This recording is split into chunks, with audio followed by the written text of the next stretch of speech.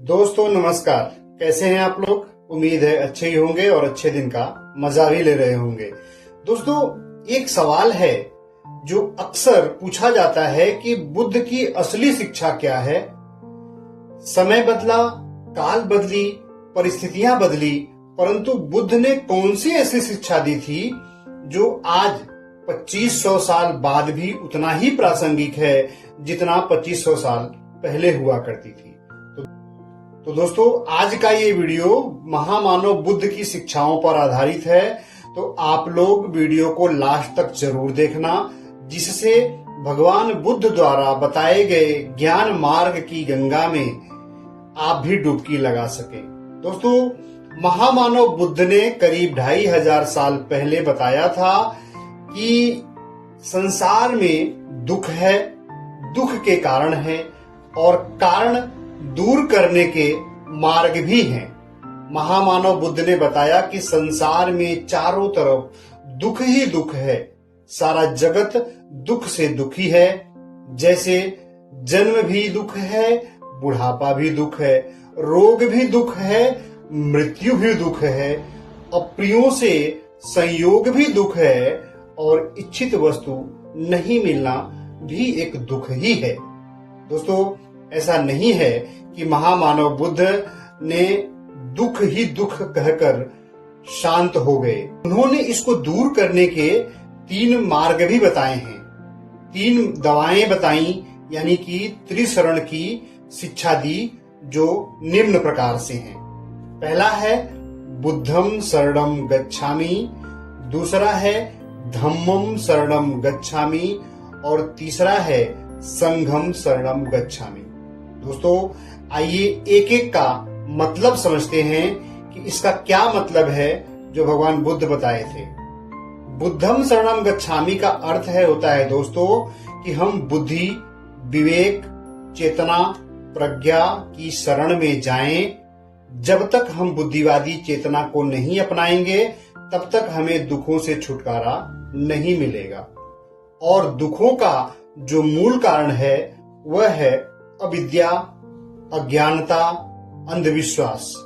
ये समस्त दुखों की जननी है, यही से दुख उत्पन्न होते हैं। इसलिए इस संदर्भ में विश्व के सबसे बड़े विचारक, उपदेशक महामानव बुद्ध ने कहा है कि सूर्य केवल दिन में ही प्रकाशित होता है, चंद्रमा केवल रात में ही अपनी चांदनी बिखेरती है और अग्नि केवल ईंधन पाने पर ही प्रदीप्त होता है, यानी जलता है। किंतु दोस्तों, शिक्षा, ज्ञान, बुद्धि, विवेक, चेतना, प्रज्ञा दिन रात प्रकाशित होते हैं। मतलब शिक्षा, ज्ञान, बुद्धि और विवेक समस्त जगत को प्रकाशमान कर सकती है। फिर बुद्ध आगे कहते हैं कि फूलों की सुगंध उधर ही जाती है जिधर हवा चल रही होती है, लेकिन ज्ञान, बुद्धि, विवेक, चेतना और प्रज्ञा का जो है कि प्रकाश हर जगह फैलता है, जिधर हवा भी नहीं चलती उधर भी जाती है। तो आप सोचिए कि आपको कहां जाना है। आइए दूसरे का अर्थ समझते हैं। धम्मम शरणम गच्छामि का अर्थ क्या होता है? धम्म की शरण में जाएं।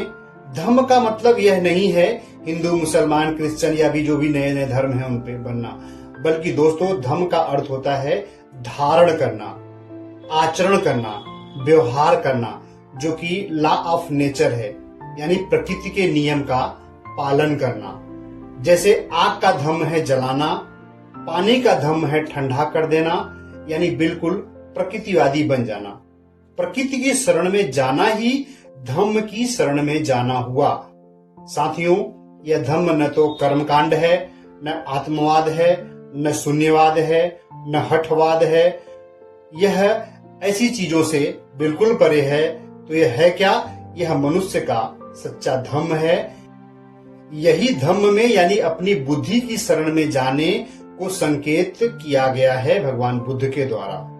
जब आप अपनी बुद्धि की सुनेंगे और अपनी बुद्धि के शरण में होंगे तो सभी दुखों से लड़ने की शक्ति आपको प्राप्त हो जाएगी।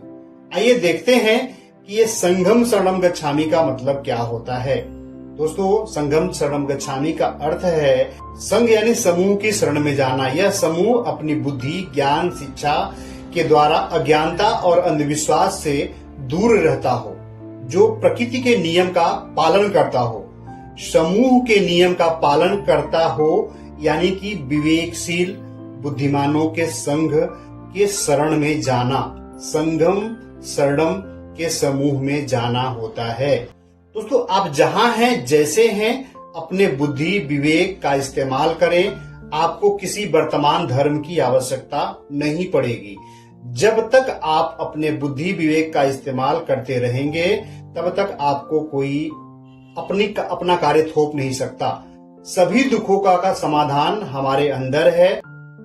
हमारा शरीर सब कुछ करने में सक्षम है, हमारी बुद्धि सब कुछ जानने में सक्षम है, यदि आप किसी के रिमोट द्वारा संचालित नहीं होंगे।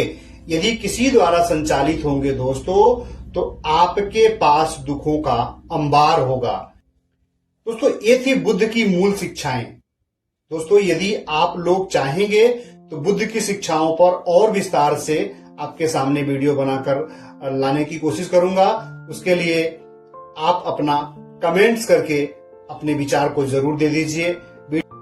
वीडियो पसंद आए तो लाइक करिए, ना पसंद आए तो डिसलाइक भी कर दीजिएगा, और चैनल पर नए हो तो चैनल को सब्सक्राइब भी कर दीजिएगा। तो दोस्तों, यदि ऐसी वीडियो और चाहते हैं तो अपना कमेंट जरूर छोड़ें। मिलते हैं अगले वीडियो में, तब तक के लिए जय मानवता, जय विज्ञान, धन्यवाद।